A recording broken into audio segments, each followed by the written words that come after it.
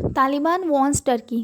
आज हम इस बारे में चर्चा करेंगे। तालिबान अफ़गानिस्तान के विभिन्न विभिन्न हिस्सों में पावर गेन कर रहा है और जिस वजह से यूएस के सोल्जर्स के वापस हो जाने के बाद टर्की वहाँ की काबुल एयरपोर्ट की सुरक्षा की जिम्मेदारी उठाई और इस बारे में तालिबान अगेंस्ट है। तालिबान कहता है कि जो हमारे अगेंस्ट होगा, जो हमारे जगह पे, हम उसके ऊपर जिहाद शुरू कर देंगे। एसबीआई के मुताबिक जितने भी यूएस के सैनिक थे वो उनको पहले काबुल एयरपोर्ट की सुरक्षा की जिम्मेदारी मिली थी और जब वो वापस चले गए तो उसके बाद यूएस एंड टर्की में बॉन्ड हुआ कि हमारे जाने के बाद टर्की आप काबुल एयरपोर्ट की सुरक्षा की जिम्मेदारी उठाएंगे। इस बात का उल्लंघन कर रहे हैं तालिबान। तालिबान कहते हैं कि काबुल एयरपोर्ट को सुरक्षा मुहैया कराने का टर्की का यह जो फैसला है वो गलत है। जून में नाटो शिखर सम्मेलन में इतर ब्रसेल्स में अमेरिकी राष्ट्रपति जो बाइडेन के साथ एर्दोगन की बातचीत के बाद यह फैसला सामने आया था।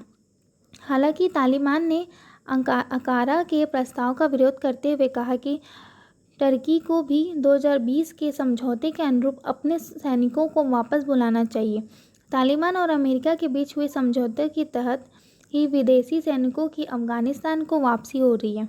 इस संबंध में अमेरिका और तालिबान के बीच फरवरी 2020 में करार हुआ था। अमेरिका ने हामिद करजाई इंटरनेशनल एयरपोर्ट को सुरक्षा मुहैया कराने के लिए टर्की के फैसले की सराहना की। अफ़गानिस्तान में टर्की के मिशन के मजबूत बनाने के लिए नाटो सहयोगियों और अंकारा के बीच बातचीत जारी हुआ है। काबुल एयरपोर्ट पर सुरक्षा बंदोबस्त दुरुस्त कराने के लिए पिछले महीने एक अमेरिकी प्रतिनिधिमंडल में टर्की का दौरा किया था। टर्की के रक्षा मंत्री हुलूसी अकार और अमेरिकी रक्षा मंत्री लॉयड ऑस्टिन के बीच भी इस सिलसिले में कई बार फ़ोन पर बात हुई।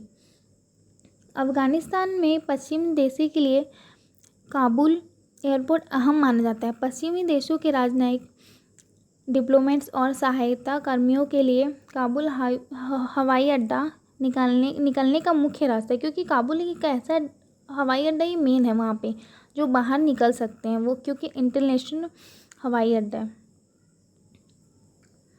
चिंता की बात यह है कि अमेरिकी सैनिक की जब वापसी हो गई थी उसके बाद हवाई अड्डा तालिबान के हाथों में ना आ जाए, इसलिए नाटो से जल्द इसका हल निकालने में कोशिश में है।